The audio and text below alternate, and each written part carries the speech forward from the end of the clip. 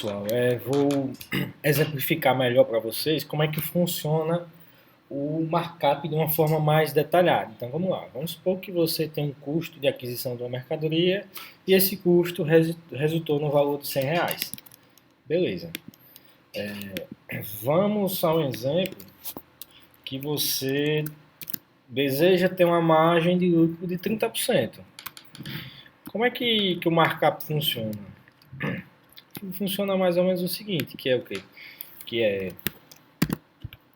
os R$ 100 vezes 30%, que vai dar R$ 30, mais os próprios R$ 100, que vai dar os 130. Que se você usar uma calculadora, você poderia fazer o quê? R$ 100 mais 30%, que vai dar o valor de R$ 130. Aqui seria o seu preço de venda. O que seria seu lucro bruto? Seria o quê? O seu preço de venda menos o custo da mercadoria vendida, que é o seu CMV. Então daria um valor de R$ 30. Agora, se eu dividir os R$ 30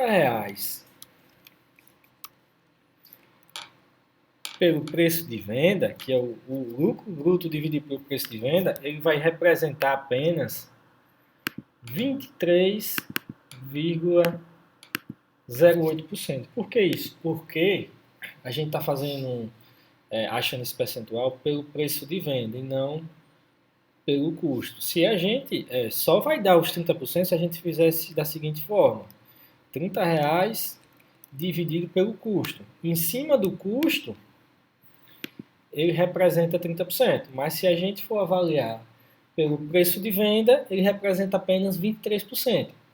Por que a gente tenta trazer que o markup ele tem algumas, digamos, armadilhas? Que ele não representa o que de fato você quer que represente em termos de percentual sobre a venda. Ele representa os 30% conforme esse cálculo em cima do seu custo.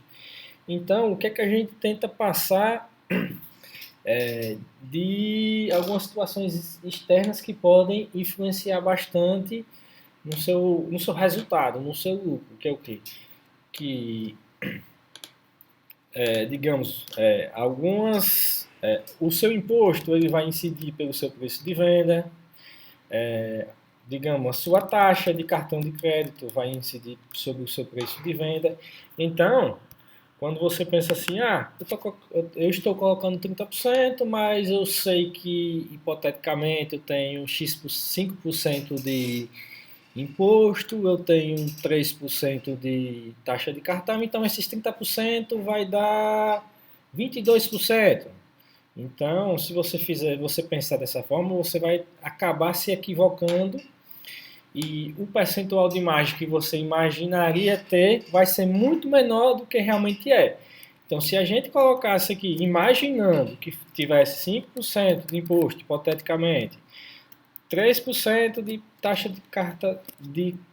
de cartão de crédito. Então, 30% menos esse, você imaginaria que você estava com 22% de resultado. Só um exemplo hipotético. Sendo que, na verdade, você só estava, de fato, tendo uma margem de... só sobraria 15,8%. Então, você já vê que dá uma diferença de basicamente 7,08%.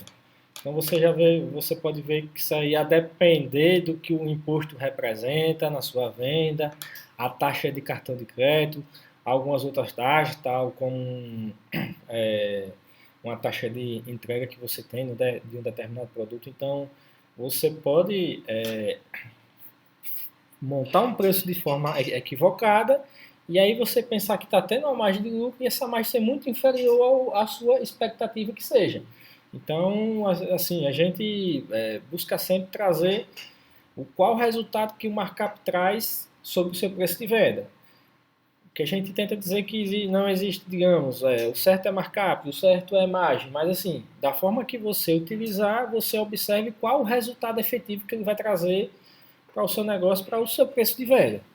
Então, próximo vídeo eu vou mostrar para vocês aqui como é que funciona o cálculo da margem, como ele, digamos, é mais preciso, ele dá mais uma margem de segurança para você precificar.